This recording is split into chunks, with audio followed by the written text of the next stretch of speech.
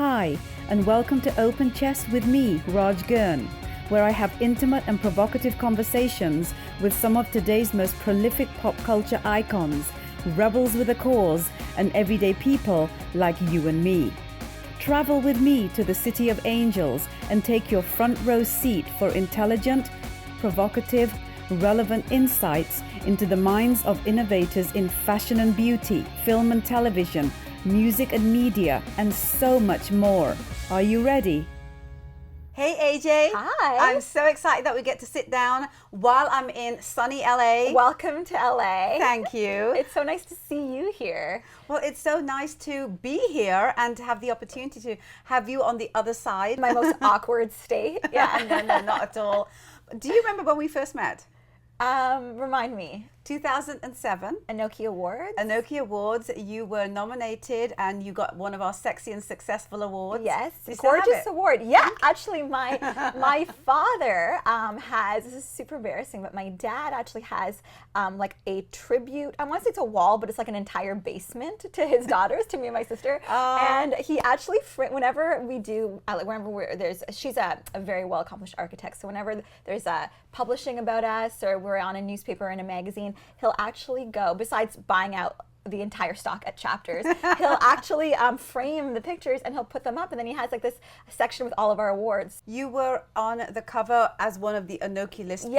Remember that? Yeah. So I think that cover is up in my dad's house and the award is up in my dad's house. So Yes. whenever anyone comes to the basement, he sees that. Yeah. Oh, I love that. Yeah. And I love the fact that your father is so proud of his two daughters. Yeah, my dad is our number one fan. Like, he's the sweetest father in the world, and he's so, so proud of his girls. He wanted boys, like, our whole life. He really wanted, my dad was a soccer player, and he drove a Trans Am Firebird, and he was this very cool young guy. Loved Pele, and I think, I grew up listening to stories about Muhammad Ali, and just, really into, my dad had this really cool kind of young sports-minded culture, and really embraced his life. He went, my dad was a refugee, kind of ended up going through different countries as refugees, his whole family, getting forced out of Africa.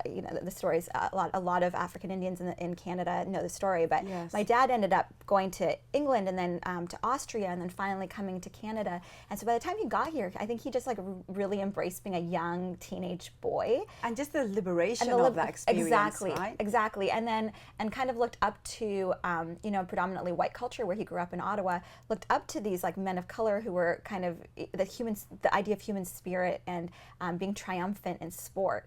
And so when I was growing up, I just remember these stories, and I just remember thinking, my dad really tried to push soccer on me and my sister, and I just remember how much he really wanted to have this boy who could race around with. So it's cute now that he ended up with, he's in a household with 3 girls. That's what he blames for losing all of his hair. And too much estrogen. Yeah, totally. And he's the proudest father ever. So yeah, he got 2 girls, but he's very proud of us. So did you have it sounds like you didn't have any of those challenges that typically, South Asian women get, trying to, do their own thing and, just live their life their way. I mean, did you have any of those challenges? It's so interesting because I think when I talk to other South Asian girls, my generation, that's very prominent, and especially because when I was doing what I was doing, especially 10 years ago when I started at MTV, I think that there was a lot of boundaries that were breaking for the first time, and the feedback I got from other women and from other parents. I mean, I even had parents coming and talk to me about should we let our daughter do this, So I do know that that's very prevalent. In my household, my parents did encourage me. It was new for them. Yeah. So would they have been happier if I had become a doctor? 100%. I think any parent would. Yeah, irrespective of gender exactly. or culture. Yeah, right? but my parents were definitely more liberal than I think they came to Canada when they were both pretty in their early teens. And so they were both pretty liberal in their thinking. I mean, my parents met at a Kiss concert. No way. Yeah, so I think that. my mom paid for law school by modeling. So very, she was, for me when I was growing up, she was very much. I never grew up with this idea that you were either pretty and, you know, you weren't going to be educated and you're just going to, you know, bank on your looks. That was never an option for me.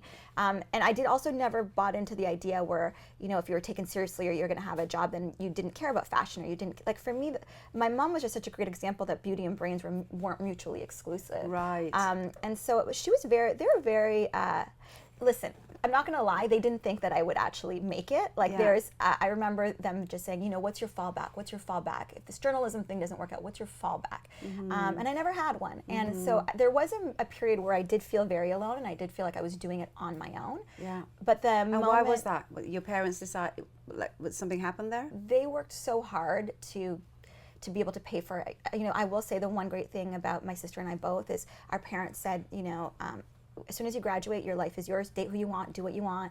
But until you graduate university, like, you're under our household. But that also came with them paying for our education, and that was a good trade-off. Yeah. And so I think when my parents really wanted just to see me accomplish something in university and then put that degree to use, and not the idea of, like, moving to Hollywood and what's going to happen, am I going to be a star, like, that to them was just not realistic. Right. And as immigrants, it was very important to them that you built, you know, you bought a house, you had roots in the ground, that was the most important thing to them. So I think that, I think there was a point there where I definitely felt alone in the idea that if I was going to do this and I was going to make it, I would have to have the willpower to do it myself. Right.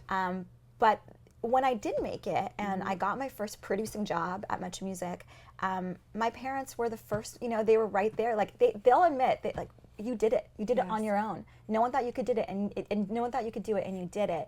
And they really helped me out. When I first moved to Toronto, the first few months before I got my first paycheck, like, they helped me pay rent. Like, they've always been very, I will say that, my parents are, as far as South Asian parents go, my parents are pretty liberal, and we're pretty good with my alternative career choice. Yeah, absolutely. Yeah. But, you know, it's always good when you don't have a plan B, because you've only got plan A to bank on. And it's interesting how the mind just finds opportunities, creates opportunities, because you're on both sides of the camera lens, right, behind the scenes and in front. Let's go there. Let's talk about your career.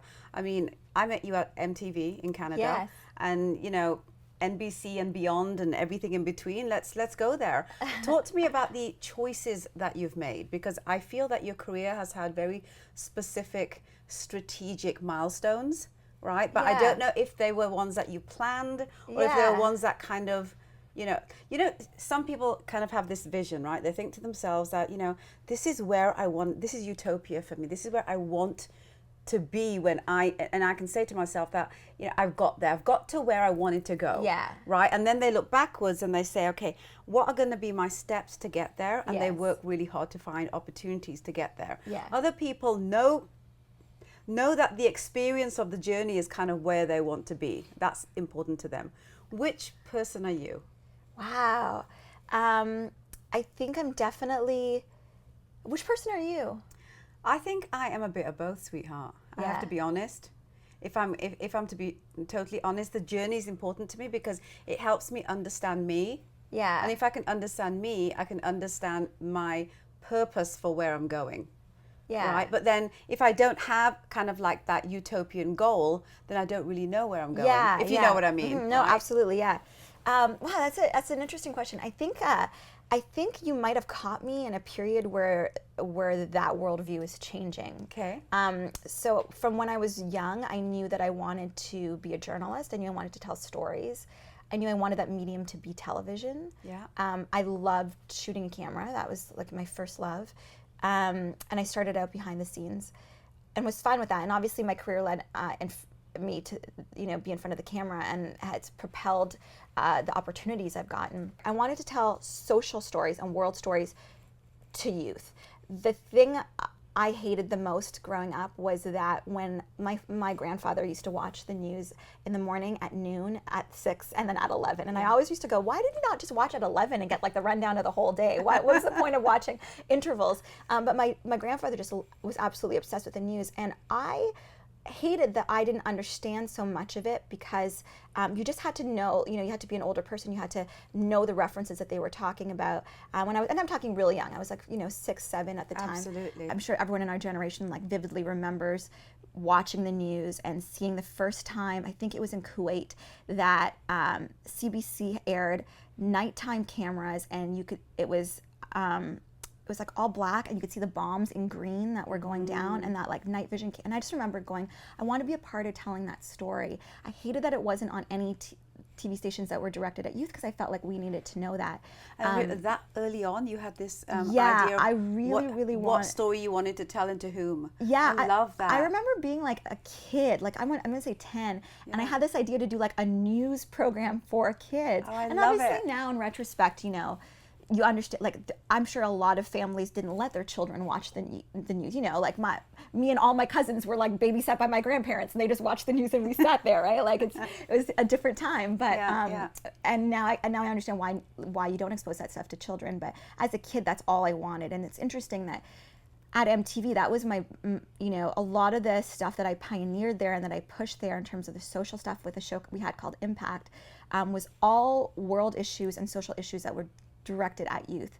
And that's, you know, what brought me to Sudan and Tanzania and to Haiti and all these like really cool, the rainforest and all these really cool places. Yeah. And so that was my vision. And I think I always knew I wanted to get there. I didn't know exactly, like it wasn't like I want to work at BBC when I, you know, it was more just I want to do this story. Yeah, on a national scale. Yeah.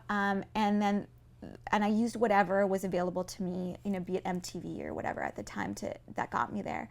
But now I'm in a different place. Now I'm kind of, I think, something about, you know, I just turned 34. And you still look 16. Oh, thank you. God bless you. He blesses me all the time. Thank you. She does. She does, yeah. Me too. Yeah, I turned 34, and it's funny because for me it's a pivotal age. I remember my mom having my sister at this age, my sister is a lot younger than me. She's 8 years younger than me, and so I just remember like this. I remember my mom being this age, and that's weird for me because she already had me.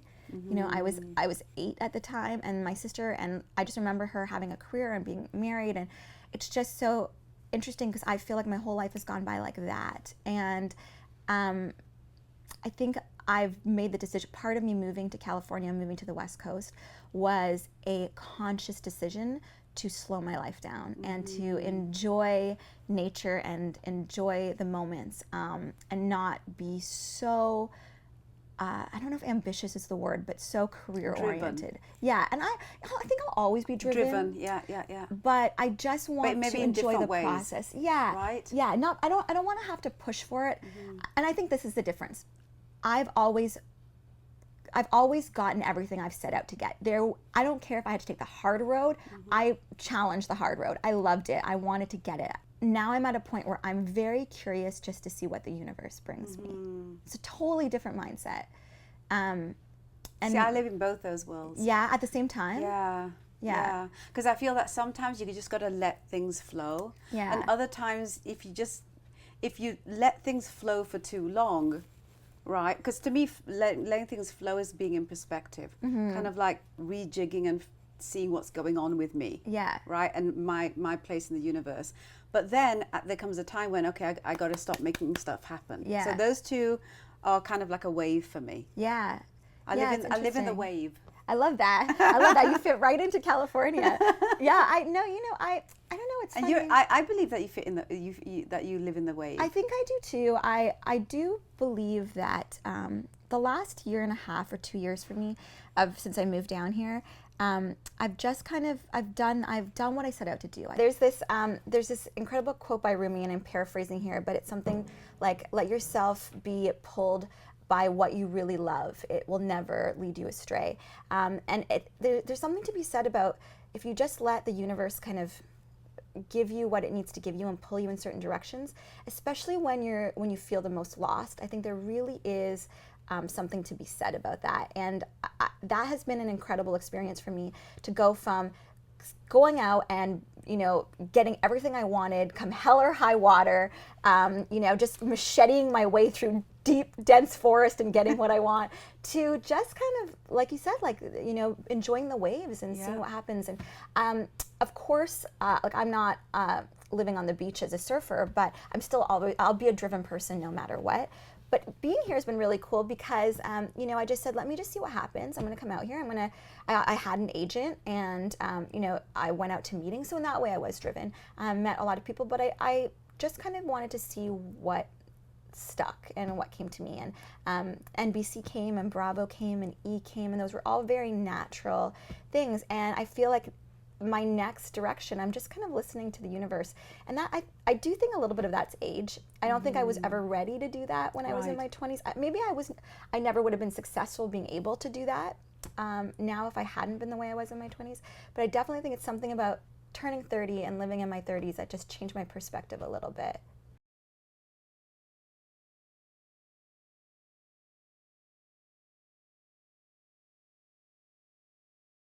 Hi everyone, this is Open Chess TV with me, Raj GIRN. If you like the chat that you just finished watching, I really hope that you will subscribe to my channel for more intelligent, provocative, relevant conversations with some of your favorite celebrities.